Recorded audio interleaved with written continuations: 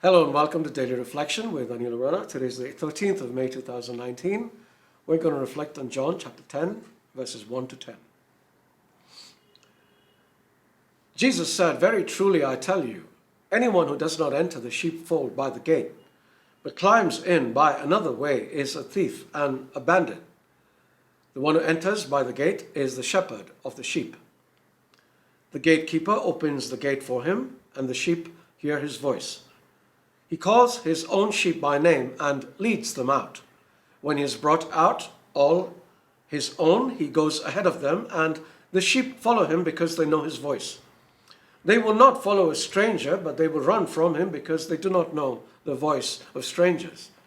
Jesus used this figure of speech with them, but they did not understand what he was saying to them.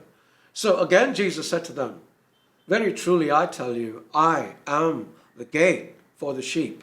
All who come before me are thieves and bandits, but the sheep did not listen to them. I am the gate.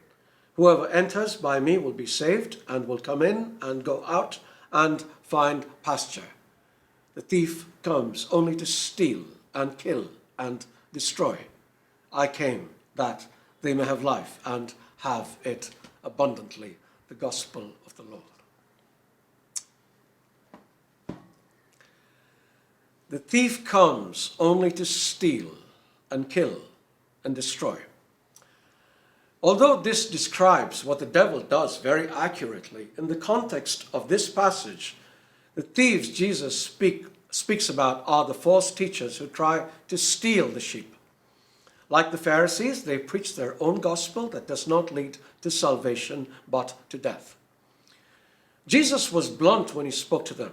"You belong to your father, the devil," he said, "and you want to carry out your father's desires. He was a murderer from the beginning, not holding to the truth, for there is no truth in him. When he lies, he speaks the native language, for he is a liar and the father of lies."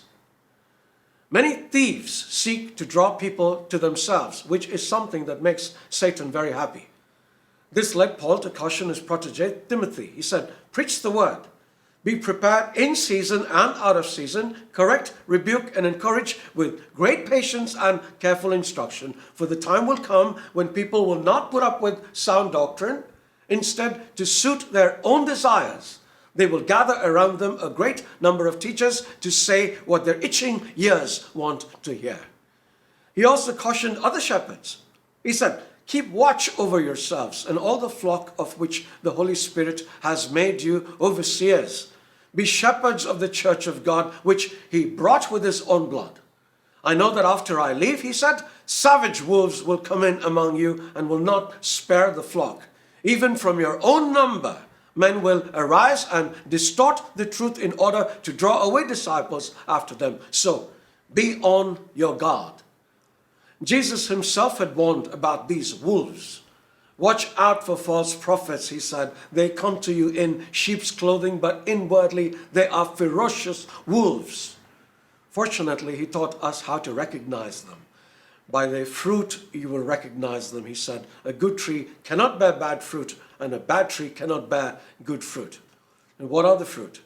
Love, joy, peace, patience, kindness, goodness, gentleness, faithfulness, and self-control.